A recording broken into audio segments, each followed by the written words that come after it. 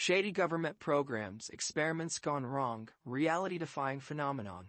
The story of the Philadelphia experiment has all the markings of a sci-fi epic. Numerous articles and books have been written about it, and there have even been Philadelphia experiment movies. Whole corners of the internet have been devoted to the story, and entire generations have speculated on whether it's true or not. So what was the Philadelphia experiment?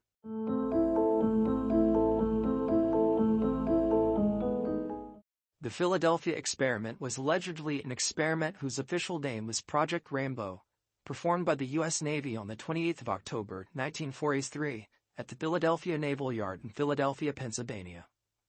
According to the story, the Navy was attempting to render the USS Eldridge invisible. Instead, the destroyer dematerialized and was teleported from Philadelphia to Norfolk, Virginia, and back again. The unfortunate crew that was aboard at the time allegedly suffered long-term side effects from their trip, including insanity and sporadic bouts of invisibility. These effects were supposedly so terrible that the Navy abandoned their line of research. As the story goes, the experiment was done by a Dr. Franklin Reno and was supposedly an application of Einstein's unified field theory, as it successfully demonstrated a connection between gravity and electromagnetism, what some have called electromagnetic space-time warping. Testing allegedly began in the summer of 1943 and was successful to a limited degree. One test rendered the ship nearly invisible, with the area where the ship had been being enveloped in a greenish fog. Afterward, crew members complained of severe nausea. In some versions of the story, when the Eldridge reappeared, there were crew members who were embedded into the metal of the ship, and others aboard went insane. At this point, the Navy changed its objective from rendering the ship completely invisible to merely rendering it invisible to radar. The equipment was recalibrated, but this was not done correctly, and when the experiment was repeated on October 28th, the Eldridge not only became invisible, but disappeared in a flash of blue-white and appeared in Norfolk, Virginia, over 200 miles away. It sat in full view of those aboard the merchant ship SS Andrew Furoseth for some time, before it vanished and then reappeared in Philadelphia where it had originally been. Some versions of the story say that it had also gone approximately 10 minutes back in time. Stories of the side effects suffered by the crew of the Eldridge include some being physically fused to bulkheads, some developing mental disorders, some rematerializing inside out, and others not rematerializing at all. It has also been claimed that the surviving crew members were brainwashed into forgetting that the experiment had ever happened at all.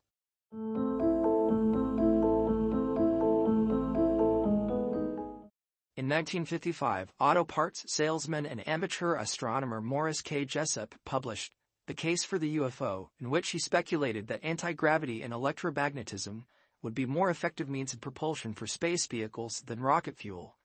The next year, Jessup began receiving letters from the man calling himself Carlos Miguel Allende. Allende's real name was Carl Allen, and he was probably not the most stable individual. Allen told Jessup of the Philadelphia experiment, claiming that he witnessed the disappearance of the Eldridge while aboard the SS Andrew Furoseth. Allen also claimed, among other things, that he saw some Eldridge crew members disappear during a bar fight. This has turned into one of the more famous stories surrounding the experiment. Allen sent an annotated copy of Jessup's book to the Office of Naval Research, the ONR, in Washington, D.C., in which he had handwritten comments claiming knowledge of UFOs, their means of motion, and the culture of the beings occupying those UFOs, using pseudoscientific and incoherent terms. The notes were in 3 different ink colors and written as 3 different characters, but were all in the same handwriting. The ONR contacted Jessup to find out if he knew who had sent them the book and written the annotations. Jessup recognized Allen's handwriting and turned over all the letters that he had received from him. Later, the annotated book, along with Allen's letters, was published by the Varro Manufacturing Corporation, a firm that did research for the military. Unfortunately, Jessup committed suicide in 1959, and Allen continued sending strange annotations to relatives for years. Believers of conspiracy theory advocates theorized that Allen was an actual witness, as he claimed, or is himself an alien and channels information. Some claim that the Navy is perpetuating a cover-up and may even be working with extraterrestrials. The truth is that Allen made up the entire story. His hoax has turned into legend. The story is sustained by the publication of both fiction and non-fiction books, television shows, and documentaries.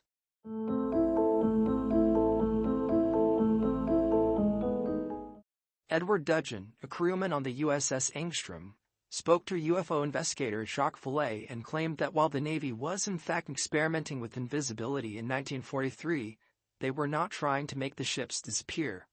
They were instead trying to make ships invisible to magnetic torpedoes by degaussing them. Dudgeon described the procedure as involving wrapping the vessel in large cables and sending high voltages through the cables in an attempt to scramble the ship's magnetic signature. He said that the operation involved contract workers and that there were merchant ships around, so it was possible that civilian sailors could have heard Navy personnel saying something about making the ship invisible. According to Dudgeon, the Eldridge and the Angstrom were harbored together and the crews often socialized on shore. He claimed that he was one of the sailors that disappeared during a bar fight. He said that the fight started when one sailor was bragging about secret equipment and was told to be quiet. Since Dudgeon and another sailor who was with him were minors, the waitresses sneaked them out the back when the fight started and later denied knowing about them to the authorities. Also, according to Dudgeon, quote, the Eldridge had already left at 11 p.m. Someone looking at the harbor that night might have noticed that the Eldridge wasn't there anymore, and it did appear in Norfolk. It was back in Philadelphia harbor the next morning, which seems like an impossible feat. If you look at the map, you'll see that the merchant ships would have taken 2 days to make the trip. They would have required pilots to go around the submarine nets, the mines, and so on at the harbor entrances to the Atlantic. But the Navy used a special inland channel, the Chesapeake-Delaware Canal, that bypassed all that. We made the trip in about 6 hours, end quote. The Navy denies any such experiment was ever done, despite numerous searches of the records in the Operational Archives branch of the Naval Historical Center. No documentation confirming such an event as the supposed experiment has been located, nor has any evidence of the Navy's interest in attempting such a thing as invisibility been found. Operational Archives has reviewed the Eldridge's deck log and war diary from its commissioning on August 27, 1943 through to December 1943, and published the following summary of the ship's activities. After commissioning, Eldridge remained in New York and into Long Island Sound until 16th September when it sailed to Bermuda. From 18th September, the ship was in the vicinity of Bermuda undergoing training and sea trials until 15th October, when Eldridge left in a convoy from New York, where the convoy entered on 18th October. Eldridge remained in New York Harbor until November 1st, when it was part of the escort for convoy UGS-23, New York section. On November 2nd, the convoy entered Naval Operating Base Norfolk. On November 3rd, Eldridge and convoy UGS-23 left for Casablanca, where it arrived on the 22nd of November. On November 29th, Eldridge left as one of the escorts for convoy GUS-22 and arrived with the convoy on December 17th at New York Harbor. Eldridge remained in New York on availability training and in Block Island Sound until December 31st, when it steamed to Norfolk with 4 of their ships. During this time frame, Eldridge was never in Philadelphia. Similarly, records show that the SS Andrew Furuseth, the civilian merchant ship that supposedly witnessed the arrival of the Eldridge flying teleportation in the Norfolk area, was en route to Oran with convoy UGS-22 on the date of the supposed experiment, and did not return from the Mediterranean until January 17, 1944.